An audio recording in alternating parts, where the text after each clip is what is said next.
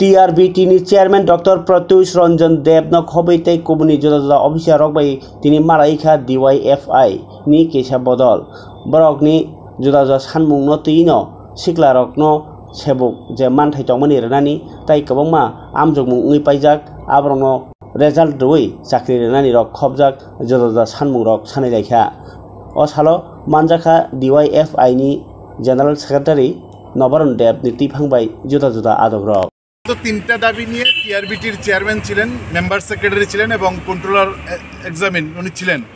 তিনটা দাবি নিয়ে ডিএফএ এর মানে আমরা 5 জনের একটা প্রতিনিধি দল ওনার সঙ্গে দেখা করি। এক হচ্ছে 2022 সালের সেপ্টেম্বর মাসে এসটিজিটির পরীক্ষা নেওয়া হয়, 2024 শেষে 2025 শুরু হয়েছে, পরীক্ষার ফলাফল দেয়নি। কতগুলা ঘটনার কথা তিনি জানিয়েছেন, কতগুলো বিষয় জানিয়েছেন। আমরা দাবি করেছি সব কিছুর পরও এই ফলাফলটা প্রকাশ করা জরুরি ছিল। তিনি কতগুলো কারণ দেখিয়েছেন এবং আমরা ওনারা দাবি করেছি যে দ্রুত এসটিজিটির ফলাফল প্রকাশ করা।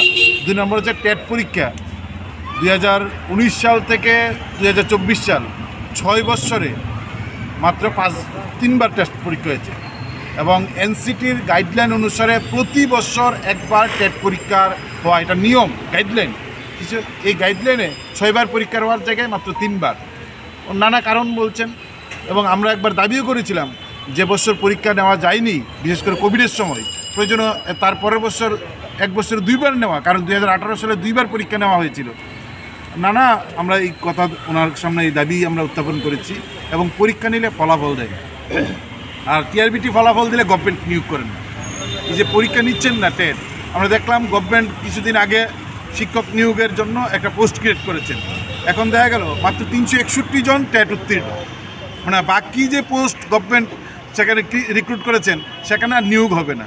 ফলে টিআরবিটি পরীক্ষা নিলে এই যে সম্পূর্ণ নিয়োগ হতে পারতো, টিআরবিটি পরীক্ষা নিচ্ছেন না, নিলে গভর্নমেন্ট নিয়োগ করেন না, আর যখন পরীক্ষা নেয় না গভর্নমেন্ট বেশি পোস্টের জন্য রিক্রুটমেন্টের বিজ্ঞপ্তি জারি করেন। এই যে একটা খেলা চলছে গভর্নমেন্ট টিআরবিটি, আমরা এটাই বলার চেষ্টা করেছি। আমরা দাবি করছি যে পরীক্ষা নিলে দ্রুত রেজাল্ট দিন।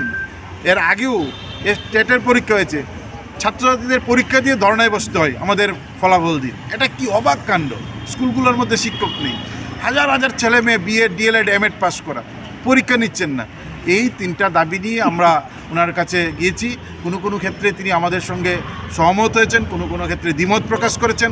আমরা বলেছি রাজ্যের লক্ষাধিক ছেলেমেয়ে স্কুলে পড়াশোনা করেন, লক্ষ লক্ষ ছেলেমেয়ে, আর লক্ষাধিক যুবক যুবতী যারা বিএড ডিএলএড এমএড পাস করে আছেন, তাদের ভবিষ্যৎ অন্ধকারে আপনারা ঠেলে দিচ্ছেন গভর্নমেন্ট এবং টিআরবিটি মিলে।